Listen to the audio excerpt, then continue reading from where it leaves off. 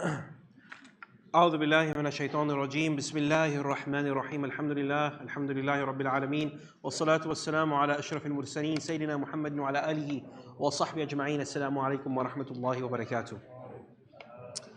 Alhamdulillah, we reached the 18th night, and just so that we have our minds with a focus, Tuesday night would be the first of the odd nights. The first of Ramadan is on Tuesday night. And so really, it's the last few days before we get into that next gear. And as you know, we've done a lot this month, alhamdulillah, may Allah accept what we've done. As we get to the last 10 nights, we take it a little bit deeper, we push ourselves harder, and everybody to spend as much more time with the Quran and Salah and Dua. In particular, this time is about Dua, to make sure that, alhamdulillah, that whatever is decreed for us, Allah subhanahu wa ta'ala decrees only that which is best for us. And of course, the Ummah in particular needs the du'as. I was just reading one of the most senior scholars in the world is a scholar by the name of Mufti Taqi Usmani. It's like the Grand Mufti of Pakistan. He's been one of the great scholars of the world for many, many years. And especially now, he was asked what is his opinion of this whole, Iran and America and Shias and all these things. And his answer, of course, was, as we had mentioned, that when the enemies attack us, they don't see a Shia or a Sunni, they see a Muslim. And they hate you because you're a Muslim. And we all know this, but we don't have a grand strategy or a defense or an answer. And so throw yourself in dua. And that's our only strategy at the moment, is to make as much dua as we can, and sincere dua. And collectively with the ummah's dua, we hope that Allah subhanahu wa ta'ala will change our situation. Ameen. And that brings us into our topic this evening. It's the last few days we're talking about people who are in the absolute lowest point. Nabi Yaqub when he lost Nabi Yusuf, Asiya when she was about to be killed by Fir'aun. So we'll speak about the lowest point of Nabi Muhammad sallallahu alaihi wasallam. And everybody has the worst moment of their life. Some of us may, if I ask you, what is the worst moment of your life? And it's clear in your mind. And I make dua that the moment has passed for all of us. That the worst of your days are behind you, and what remains is the best. And for those who are going to experience the lowest point in their life or bad moments, may we, as we had the dua of Salama, approach it and attain Jannah through it. So let's talk about the Nabi Sallam's lowest point in his life, which I'm sure you know. And the Nabi Sallam, by the way, is a very optimistic person. You do not find him sulking or down or despondent. The Sahaba said we would go to him to look to be optimistic. The world, he had the weight of the world on his shoulders, but he never felt like it was unbearable. But even he had his limits. And we know this happened in the 10th year he was about 50 odd years old. He's been calling towards Islam for 10 years. He depended on two pillars that really gave him strength, was his wife, our mother Khadija, and his uncle Abu Talib, who was his political protector. Abu Talib was the one that kept the Nabi Sallam safe from the Quraysh. And in the same month, both Abu Talib and Khadija passes away. Emotionally, he's distraught. He's lost the love of his life. The person who believed in him, the person who supported him, the person who gave him the emotional comfort and strength. And then Abu Talib, who was his father for all intents and purposes, who raised him, and was the man that kept the Quraysh at bay. Abu Talib was the protector of the Nabi. He was gone. And Abu Talib also died on disbelief, which was a huge personal loss to the Nabi Sallam. He felt like, I'm a failure. If I can't even bring my own dad to Islam, what hope do I have? And then Abu Lahab takes control of the situation, Abu Jahl, and so the Nabi Sallam has no options now. You can only imagine, like we see, it's like the feeling that we have when we watch the news, one defeat after the next, and we think, what now? How much further can this go? And so out of desperation, the Nabi Sallam goes to the city next door to Taif, besieging them to adopt him, asking them, please, can you give me sanctuary? And they give him even worse treatment. They treat him even worse than the Quraysh. And so he is on his way back to Mecca, completely broken, dejected, defeated. And Aisha asks the Nabi Sallam, and this is a wife, she says, was there ever a day worse than Uhud? And this shows you the relationship she had with her husband. And she also sees that Nabi doesn't complain. He doesn't complain. He never said to her, how bad my life is. But she's asking him, was there a day worse than the day of Uhud? Now Uhud was bad because he almost died. He was struck in the face, many Sahaba died. So Uhud, in her mind, this was the worst. It couldn't get worse than Uhud. And he said, Taif was worse. And he he even underplays it. He says, I went and your people gave me a lot of heartache, meaning the tribes, the Quraysh. He says, your tribe, meaning the Quraysh, gave me a lot of headaches. So I went to the people of Taif and they rejected me. And then I came out of Taif. I didn't know what to do. And then I saw that Jibreel had come down and had said, Allah has given permission to destroy the people of Taif. And the Nabi Sallallahu said, no, don't do that. And he made dua, Ya Allah, let from their offspring be Muslims. Now this he's telling Aisha very clearly, this was the lowest point in my life. And the way he's describing it is very mild. But we know he was deeply, deeply broken. Not so much about being stoned, not so much about the difficulties carrying, but it was more about where to from here. And I think that is the hardest thing, where you still have hope. And we know this maybe from a medical thing where you go and you've had long sickness and the procedure now has, you hope, okay, that operation will work, or that treatment will work. But when the doctor says it didn't work, what do I do now? That realization is very difficult. When there are no options. And so the Nabi Sallallahu Alaihi Wasallam is sitting in this no man's land between Taif and Makkah in the middle of the desert at night, and he makes his most saddest dua. This is like his most desperate dua. And he says, Oh Allah, I complain of my weakness and my lack of resources and my humiliation before mankind. I complain to you. And this concept of complaining, I know sometimes it's difficult. We're not supposed to complain. We don't complain about Allah, but we complain to Allah. And so you found Nabi Yaqub says, إِنَّمَا أَشْكُو بَثِي وَخُزْنِي. I complain about my sadness to Allah. I complain about my situation to Allah. Nabi Zakaria complains, Ya Allah, I'm old and I'm feeble and I don't have a child.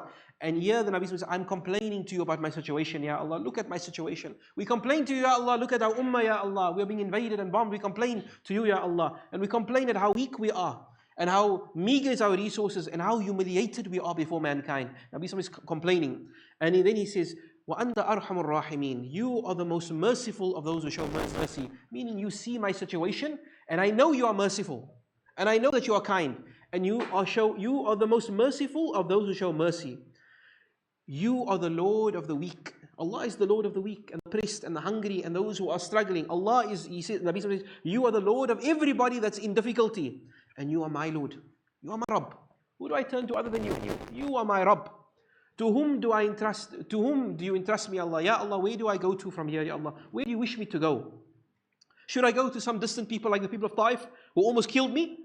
Or do I go back to an enemy, Abu Jahl, who has now taken control of my affairs? He's in charge of me. What are my options, Ya Allah? Taif, who almost killed me? Or Abu Jahl in Makkah? I don't know what to do, Ya Allah. I'm lost. So then he says, Oh Allah. And this is sometimes when things go bad for so a long period of time, there becomes this feeling like I'm the problem. It's normal. Am I for fluke? Am I cursed? Is Allah punishing me? So even Rasulullah felt like, Ya Allah, if you are not angry with me, then I don't mind. I'll continue struggling. I'll continue taking the hits so long as you are not displeased with me. So long as I'm not in this position because of your displeasure. So long as you're not angry with me, I don't care. But Ya Allah, meaning, so subhanAllah, look, and the way the Anbiya make dua is saying, Ya Allah, I'll persevere if that's what you want. But Ya Allah, I would prefer your protection and your assistance will be better for me. If you want me to persevere, I'll persevere. But I hope and I long that you will make a way open for me. Then he says these beautiful words, Ya Allah, I seek refuge, I seek protection in the nur of your face. The Nabi says, when you make dua and you invoke the face of Allah, Ya Allah, make dua on your face. Then he says, you make dua for the big things. For Jannah, for when it's really difficult. He says, I make dua on the nur of your face. With that nur, it illuminates the darkness. All darkness is cast out. And through your light, everything in this dunya, all the affairs of dunya and all the affairs of the akhirah become easy and is made right. Oh Allah, may it never be that I incur your displeasure. Ya Allah, don't ever be displeased with me. And don't be angry with me. And if you are, then I will continue to worship you until you become pleased with me. I will not stop making istighfar and tawbah until you are pleased with me. وَلَا حَوْلَ وَلَا قُوَّةَ إِلَّا بِاللَّهِ. And there is no power and there is no means of change except through you. So this is dua. This is the way he makes dua. Now, the 3 surahs are recited in surah in Witr. Those 3 surahs are very specific in that they are all directly for the Nabi Sallam. وَالضُّحَى أَلَمْ نَشْرَحْ and إِنَّا أَعْطَيْنَاكَ الْكَوْثَرَ. And those were du'as the Nabi Sallam received after he had a very difficult traumatic experience. So إِنَّا أَعْطَيْنَاكَ الْكَوْثَرَ is when he lost his son. And his enemies said, ah, Muhammad, you are abtar. Abtar means you've been cut, you have no lineage, no sons. So Allah says, no, inna shani'aka huwa al-abtar. Your enemies will be cut off, but we gave you al-Kawthar. Al-Kawthar, yes, is a river in Jannah, but al-Kawthar also means a huge ummah. You will get that big ummah. Now he must have felt, I have no sons, Ya Allah. I have no future. Could he have imagined an ummah that would span from China to the east to the west? Allah says, you will get al-Kawthar. Don't worry. It's going to happen. You persevere. And then after, in Surah Wad-Duha, as Allah says, مَا وَدَّعَكَ رَبُّكَ وَمَا قَلَى. I haven't left you. You're going through difficulty, but I haven't left you, and I don't hate you. وَلَلْآخِرَةُ خَيْرٌ لَكَ مِنَ الْأُولَى. In the end, it will be better. You cannot see it now. The reason we couldn't see, Ya Allah, wait 2 years from now. But Allah is saying, you just persevere. You are on the right path, and it is going to get better. فَإِنَّ مَعَ الْأُسْرِ يُسْرًا. With hardship will come ease. وَإِلَىٰ رَبِّكَ فَارْغَب. And just continue to hope in Allah. So as dark as the situation is, Allah is saying to the Nabi Sallam and to all of us, you continue to do what you're supposed to do. You continue to make dua. You continue to persevere, and Allah will open up a way from which we cannot imagine, through our du'as and through Allah's mercy. And so if this is for the Anbiya, then even so much more for us as an ummah. May Allah subhanahu wa ta'ala illuminate our face from the nur of His face. May Allah grant this ummah strength and izzah. May Allah grant that we are protected from those who wish harm to the ummah. May Allah make easy for all those who are difficulty, those who are struggling and suffering. May Allah grant shifa to those who are sick and maghfirah for those who are dead. Ameen, ameen. Yesterday's quiz, what were the names of today's quiz? So we didn't mention it clearly in the hadith. So the names of the mountains of Uhud. Anyway, the Nabi says, oh Muhammad, the angel said, oh Muhammad, order what you wish. If you like, I will let Akshabain, the two mountains, fall on them. So what is the name of the mountains of Taif? Akshabain, Jabal Rumma, Jabal Thawbal, or Jabal Nur? Easy. Okay, we gave the answer. Right? It's not Jabal. That's the answer. It's not Jabal. Right. So, and the name of the wife of Fir'aun was, of course, Asya alayhi salam, one of the greatest women that walked the face of the earth.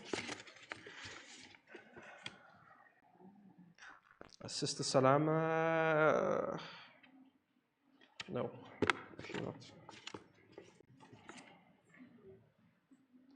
Sister Anisa Sali, oh, this Anisa Sali, mashallah. There we go. And Thawban, is Thawban here?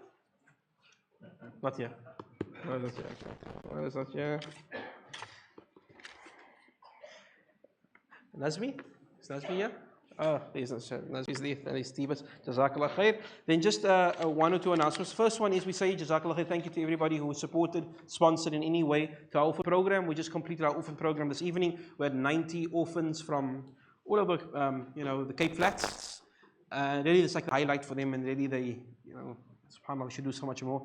They went out and they had some games. We gave them some and a lovely iftar. I think it's still going on, and a quiz, and so these things don't happen easily, and with the assistance of your du'as and your kind support, Allah put barakah and blessings in all our lives. We know that supporting an orphan should really be part of our daily, our monthly sort of mandatory expenditure. Sponsor an orphan, just I was checking, what does it cost to sponsor an orphan? About 500 rand a month. That's what it costs to take care of an orphan completely, 500 rand a month. It's a small EFT. It's like your Netflix subscription is, subhanAllah. So everybody should make that part of your life. The Nabi says, if you want barakah in your life, you want your heart to be soft, then take care of an orphan. And once we now shift from one appeal, subhanAllah, it's like we're always appealing to the same group. We know that now it comes to Eid time. And not only do we have to all give our fitrah is mandatory, but of course, for us as a Muslim minority, it's important that we share in this time our goodwill with everybody. And so the Mahrajan, as we know, it's in the Bookab. We want to make sure that the people of the Bookab and around get to eat. Make an effort and a contribution if you can. As a family, come together and says, yes, we're all going to feast on Eid. Everyone here has a lovely, lovely Eid. Make sure that someone is not hungry. And so if as a family, maybe Allah has made you the authority, the Amir of your WhatsApp admin of your family. Just put it out there and say, family, let us sponsor one pot, or half a pot. It's 2,000 rand. 20 people, everybody gives 100 rand. Alhamdulillah, that is our, whichever family it is, this is our contribution. Make that your niyyah. You be the central person in that. And may Allah bless all of you in everything in your money and grant you an increase. Ameen. Jazakallah khair. Wa sallallahu Sayyidina Muhammad wa ala alihi wa sahbihi al-mursaleen. Alhamdulillah Rabbil Alameen. Assalamu alaikum wa rahmatullahi wa barakatuh.